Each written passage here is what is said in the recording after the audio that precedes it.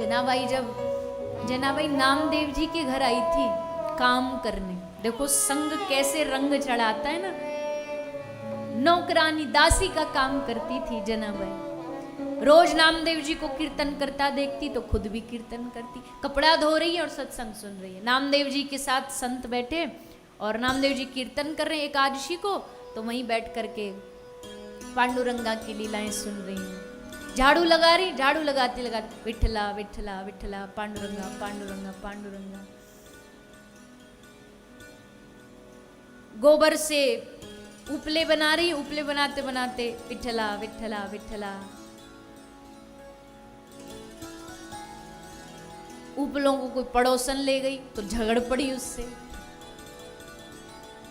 बाबा कबीर आए थे जनाबाई से मिलने के लिए। नाम सुना था कि नामदेव के घर एक जनाबाई रहती है, बड़ी परम भक्ता है, हम भी तो देखा है। कबीर बाबा आए, देखा गांव में घुसते ही झगड़ा हो रहा, बहुत सारी महिलाएं लड़ रही हैं आपस में। कबीर ने पूछा क्यों लड़ रही हैं? अरे हम तो अच्छा खासा जनाबाई का दर्शन करने आए थे, ये बेकार में क्या झगड़ा देख लिया। किसी ने हंस के कहा जिस जनाबाई के दर्शन करने आए हो ना वही झगड़ा कर रही है, सबसे ऊंची आवाज उसी की है। जो बीच में खड़ी होकर लड़ रही है ना वही जनाबाई है। कबीर ने कहा रे राम राम राम, ये क्या हो गया? लगता हमसे गलती हो गई, हमने गलत सुन लिया। पर फिर कबीर को लगा नहीं, भगवान के जो भक्त होते हैं ना इनकी लीला बड़ी विचित्र होती है। ये बाहर से दिखाते कुछ और है, भीतर से कुछ और ही होते। पूछे तो जाके कबीर ने पूछा जैना क्यों लड़ रही है तू? जैना ने कहा इस महिला ने मेरे उपले ले लिए और अपने वाले दे रही है। वो महिला बोली दे तो रही हूं, इसमें कौन सा किसी के उपलों पे मार्क लगा है, ठप्पा लगा है कि ये तेरे मेरे उपले तो उपले हैं, किसी के भी हो, तू मेरे ले ले।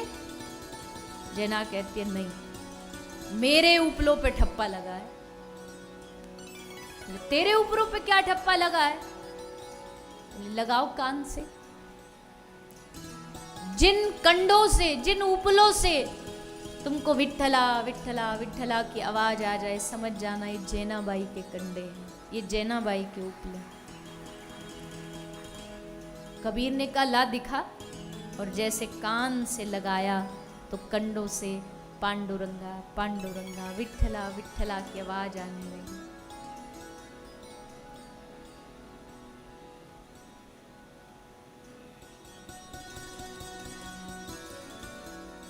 कितनी डूबी हुई होगी जैनाबाई पांडुरंगा के नाम में कि जिसको छू भर दे उससे भी विठल विठल विठल की आवाज आने लग जाए।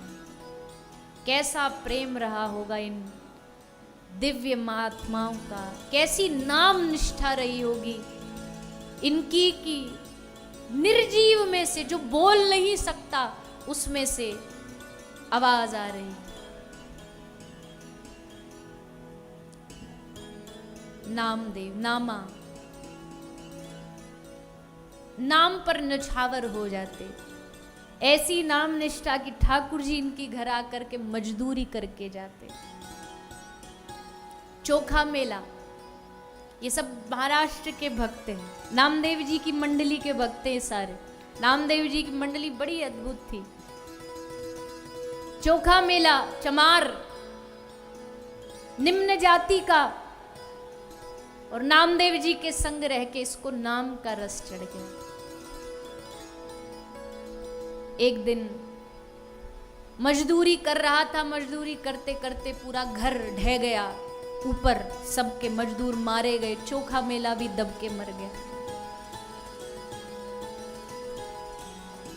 बाद में पूछा कि कैसे पहचाना जाए इसमें चोखा मेला कौन है?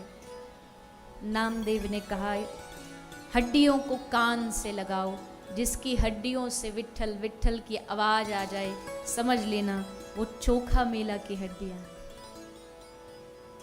और आवाज आई।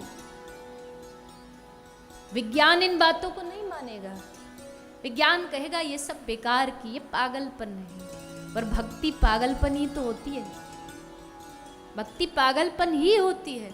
हड्डियों से आवाज आ रही है पांडुरंगा पांडुरंगा विठल। भगवान से यही कही है कि कब हमारे हृदय में भी ऐसा ही प्रभु आपका नाम बैठेगा। वो दिन कितना धन्य होगा जिस दिन हमारे हृदय में भगवान के नाम के प्रति इतनी निष्ठा बैठ जाए कि दूसरी कोई चीज न भाए, चाहे हमें दुनिया में कोई कितने भी लोभ लालच दिखाता रहे, लेकिन मन में इतना बैठ जाए, नहीं, कृष्ण नाम के आगे सब फीका है, राम नाम के आगे सब फीका है, राधा नाम के आगे सब फीका है। एक बार राधा बोलो, राधा नाम कहो, उसके बाद न किसी ध्यान की जरूरत है, न तप की जरूरत है, न किसी यज्ञ की आवश्यकता है। सब यज्ञ उसी में, सब दान उसी में, सब तपस्या उसी में। इंसान तो छोड़ो, खुद गोविंद भी जब राधा राधा कहते हैं ना तो उनका शरीर कांपने लगता है, रोम रोम खिल उठता है। वृंदावन की गलियों में, वृंदावन की बीथियों में श्री कृष्ण श्री राधा को पुकारते पुकारते घूमते हैं।